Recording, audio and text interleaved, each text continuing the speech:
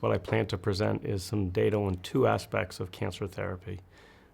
When we think about how tumors respond to therapy, I think it depends on two types of rewiring. One we call dynamic rewiring and one we call static rewiring. Dynamic rewiring is the way the tumor cells respond to therapy in a very acute, quick manner. And it's usually the way you think of tumor cells developing resistance to certain types of treatments. So for example, a big treatment of melanoma is to use a BRAF inhibitor. And that works well for a couple of weeks or months, and then the tumor cells develop resistance. And that ability to rapidly acquire resistance after treatment is what we call dynamic rewiring. And among many other things, one of the things that my lab has been interested in is whether you could use dynamic rewiring therapeutically. That is, instead of giving tumor cells a drug that they then rewire to become resistant to, could you treat tumor cells in a certain way that would then make them become sensitive to some second treatment? And so I'm going to show data, some of which is published and some of which isn't, that for triple-negative breast cancer and non-small cell lung cancer, if you treat these tumors with two drugs, both of which are clinically approved but have never been used in quite this way, you can make them very sensitive and kill them. The treatment involves first treating them with an EGFR receptor inhibitor and waiting. And if you wait somewhere between 8 and 48 hours, those cells will dynamically rewire their death pathways. And then you can treat them with a conventional DNA damaging agent like doxorubicin. And you'll kill about 500% more tumor cells than you will if you just give the two drugs at the same time. And that's because of this dynamic rewiring. The treatment with the EGF receptor inhibitor for a long period of time, that is somewhere between 8 and 48 hours, causes them to rewire their death pathways. And as a result, a treatment that only kills a fraction of the cells now kills a much larger fraction. I'll show some unpublished data that this approach, which, as I said, works in triple-negative breast cancers, a subset of triple-negative breast cancers, and a subset of non-small cell lung cancers, can also be used to treat head and neck tumors, head and neck cancers.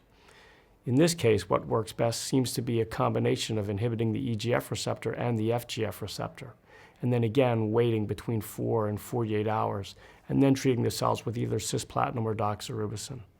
And again, we think it works the same way. You're unmasking a death pathway that is otherwise masked, but it requires that dynamic rewiring and that time stagger between when you inhibit the growth factor receptor and then when you induce the DNA damage. So that's dynamic rewiring. There's another thing which is called static rewiring. And static rewiring is how we think tumor cells arise in the first place.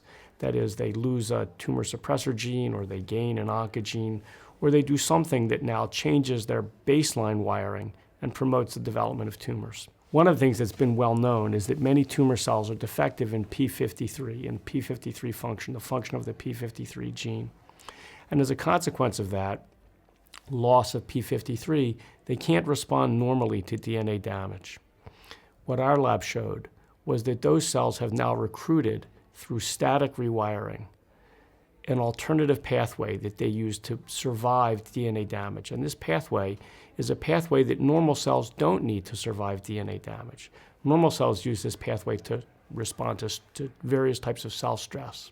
Tumor cells use it for cell stress, but they also require it to survive DNA damage. And as a result, if you inhibit this pathway in tumor cells, you can enhance your ability to kill them with things like doxorubicin, cisplatin, irinotecan, camptothecin, a wide variety of drugs. In contrast, because normal cells don't require this pathway, inhibiting this pathway in normal cells does not enhance their sensitization. So what you've done is you've increased the therapeutic window by which you can kill tumor cells with chemotherapy without increasing the damage to normal cells. And this pathway goes through the P38 MAP kinase pathway and involves one critical kinase, MAPCAP kinase 2, which we call MK2. And so MK2, I think, is an excellent target to sensitize P53 defective tumor cells to combination chemotherapy. Absolutely, absolutely. It is synthetic. If you target MK2, it is synthetic lethality. You're inhibiting a pathway and then activating another pathway, and those two pathways together result in the inhibition of one pathway and the activation of another works together in a synthetic way to increase tumor cell killing. That's our hope. The interesting thing about the type of dynamic rewiring that we've been able to study so far is that it only seems to be effective if you can figure out what the driver is for that type of cancer. So in the 40% of triple-negative breast cancers that respond to this type of therapy, and in the subset of non-small cell lung cancers that respond, that's because those cells in the baseline state are being driven by the EGF receptor. And as a result, if you inhibit that, now you can rewire them dynamically to make them sensitive to other agents. The 60% of triple-negative breast cancers that aren't being driven by the EGF receptor don't show synergy when you block the EGF receptor together with chemotherapy. And as a result, I think it means that you have to figure out, in order to use this time-staggered dynamic rewiring approach, what it is that's driving the tumor in the first place. If you look at HER2-driven breast cancers, you might infer that I bet HER2 is doing the driving, and in fact, we've shown now that if you block the HER2 oncogene, you can dynamically rewire that subset of breast cancer cells to make them more sensitive to chemotherapy. And similarly with head and neck cancer, I think the reason that you need to inhibit both the EGF receptor and the FGF receptor for a subset of those tumors is because if you inhibit the EGF receptor alone, the FGF receptor can take over as a tumor driver. And in those cells that use two different tumor drivers, you need to inhibit both of those. I think the real clinical limitation for us at the moment is being able to identify which subset of patients have tumors that are being driven by which particular oncogene. And for the EGF receptor, you can't use simple techniques like gene expression analysis or proteomics to figure out which lines or which tumors are being driven. You need some sort of a dynamic measurement. In our hands, that turns out to be immunohistochemistry with a phospho antibody against the EGF receptor.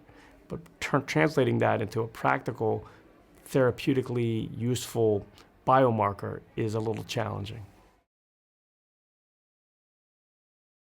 I can tell you that it appears that with dynamic rewiring in our hands, with the approach we've used with the EGF receptor inhibitor and the FGF receptor inhibitor, it seems that that cancer driver is turning on a RAS and MYC-driven gene expression signature.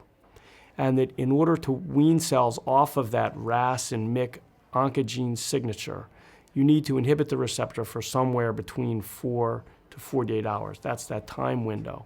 And somehow doing that affects the ability of a pathway that involves the death caspase, caspase 8, to become activated. So that as long as the cells are driven by this RAS and MYC gene signature, caspase 8 is suppressed.